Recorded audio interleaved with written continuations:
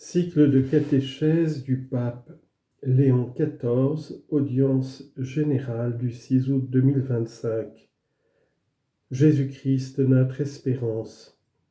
La Pâque de Jésus. 1. La préparation de la scène. Faites-y pour nous les préparatifs. Marc, chapitre 14, verset 15. Chers frères et sœurs, nous poursuivons notre chemin jubilaire à la découverte du visage du Christ, en qui notre espérance prend forme et consistance. Aujourd'hui, nous commençons à réfléchir sur le mystère de la passion, mort et résurrection de Jésus. Nous commençons par méditer une parole qui semble simple et qui recèle un secret précieux de la vie chrétienne, préparer.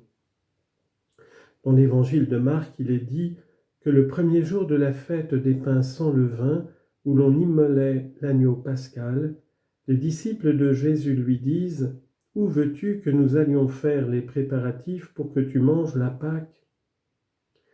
C'était une question pratique, mais aussi chargée d'attente.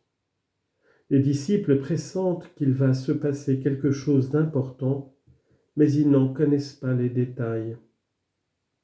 La réponse de Jésus semble presque énigmatique.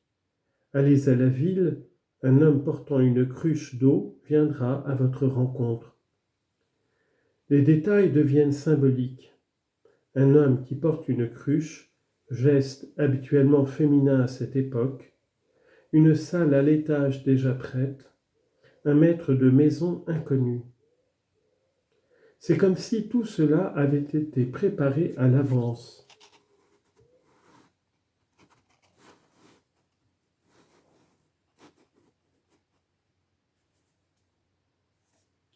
En fait, c'est exactement le cas. Dans cet épisode, l'Évangile révèle que l'amour n'est pas le fruit du hasard, mais d'un choix conscient. Il ne s'agit pas d'une simple réaction, mais d'une décision qui demande préparation. Jésus n'affronte pas sa passion par fatalité, mais par fidélité à un chemin accepté et parcouru avec liberté et soin. C'est ce qui nous console, savoir que le don de sa vie naît d'une intention profonde et non d'une impulsion soudaine. Cette salle à l'étage déjà prête nous dit que Dieu nous précède toujours. Avant même que nous ne réalisions que nous avons besoin d'accueil, le Seigneur a déjà préparé pour nous un espace où nous pouvons nous reconnaître et nous sentir ses amis. Ce lieu est au fond de notre cœur, une salle qui peut sembler vide, mais qui n'attend qu'à être reconnue, remplie et entretenue. La Pâque que les disciples doivent préparer est en réalité déjà prête dans le cœur de Jésus. C'est lui qui a tout pensé, tout disposé, tout décidé. Cependant, il demande à ses amis de faire leur part. Cela nous enseigne quelque chose d'essentiel pour notre vie spirituelle. La grâce n'élimine pas notre liberté, mais la réveille. Le don de Dieu n'annule pas notre responsabilité, mais la rend féconde. Aujourd'hui encore comme alors, il y a une scène à préparer. Il ne s'agit pas seulement de la liturgie, mais de notre disponibilité à entrer dans un geste qui nous dépasse. L'Eucharistie ne se célèbre pas seulement sur l'autel, mais aussi dans le quotidien, où il est possible de vivre chaque chose comme offrande et action de grâce. Se préparer à célébrer cette action de grâce ne signifie pas en faire plus, mais laisser de la place. Cela signifie enlever ce qui encombre, réduire ses prétentions, cesser de cultiver des attentes irréalistes. Trop souvent, en effet, nous confondons les préparatifs avec les illusions. Les illusions nous distraient, les préparatifs nous orientent. Les illusions recherchent un résultat, les préparatifs rendent possible une rencontre. Le véritable amour, nous rappelle l'Évangile, se donne avant même d'être réciproque. C'est un don anticipé. Il ne se fonde pas sur ce qu'il reçoit, mais sur ce qu'il désire offrir. C'est ce que Jésus a vécu avec les siens, alors qu'ils ne comprenaient pas encore, alors que l'un était sur le point de le trahir et un autre de le renier, lui préparait pour nous une scène de communion.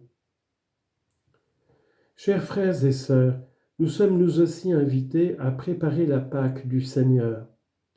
Pas seulement la Pâque liturgique, mais aussi celle de notre vie.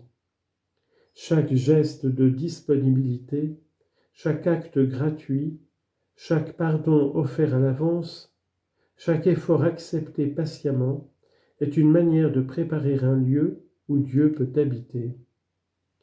Nous pouvons alors nous demander quels espaces de ma vie dois-je réorganiser pour qu'ils soient prêts à accueillir le Seigneur? Que signifie pour moi aujourd'hui préparer?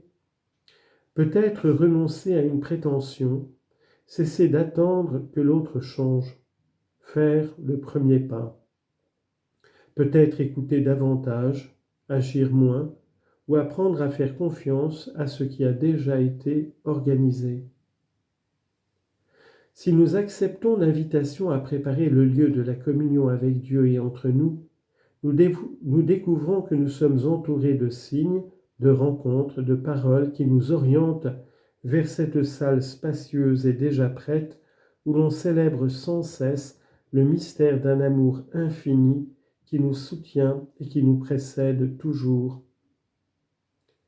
Que le Seigneur nous accorde d'être humbles, préparateurs de sa présence, et dans cette disponibilité quotidienne, que grandisse en nous cette confiance sereine qui nous permet d'affronter tout avec un cœur libre, car là où l'amour a été préparé, la vie peut vraiment s'épanouir. Résumé de la catéchèse. Nous poursuivons notre chemin jubilaire à la découverte du visage du Christ dans lequel notre espérance prend forme. En réfléchissant sur le mystère de sa passion et précisément sur le mot « préparer ». Dans l'évangile de Marc, les disciples posent une question simple mais chargée d'attente. « Où veux-tu que nous allions faire les préparatifs pour que tu manges la Pâque ?» Jésus leur répond en invoquant un homme portant une cruche d'eau et une salle déjà prête. Tout semble avoir été anticipé, car Dieu nous précède toujours. La Pâque est déjà prête dans le cœur de Jésus. Il a déjà tout disposé, mais il nous demande de faire notre part. Cela signifie que la grâce n'élimine pas notre liberté, elle la réveille, elle n'annule pas notre responsabilité, mais la rend féconde. Se préparer, c'est faire de la place en nous, en abaissant nos prétentions, en n'attendant pas que l'autre change, mais en faisant le premier pas.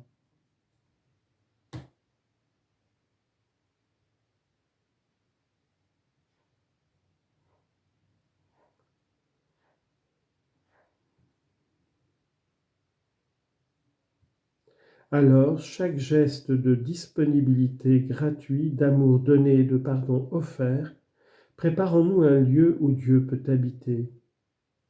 Devenons ainsi d'humbles préparateurs de la présence de Dieu qui font fleurir la vie.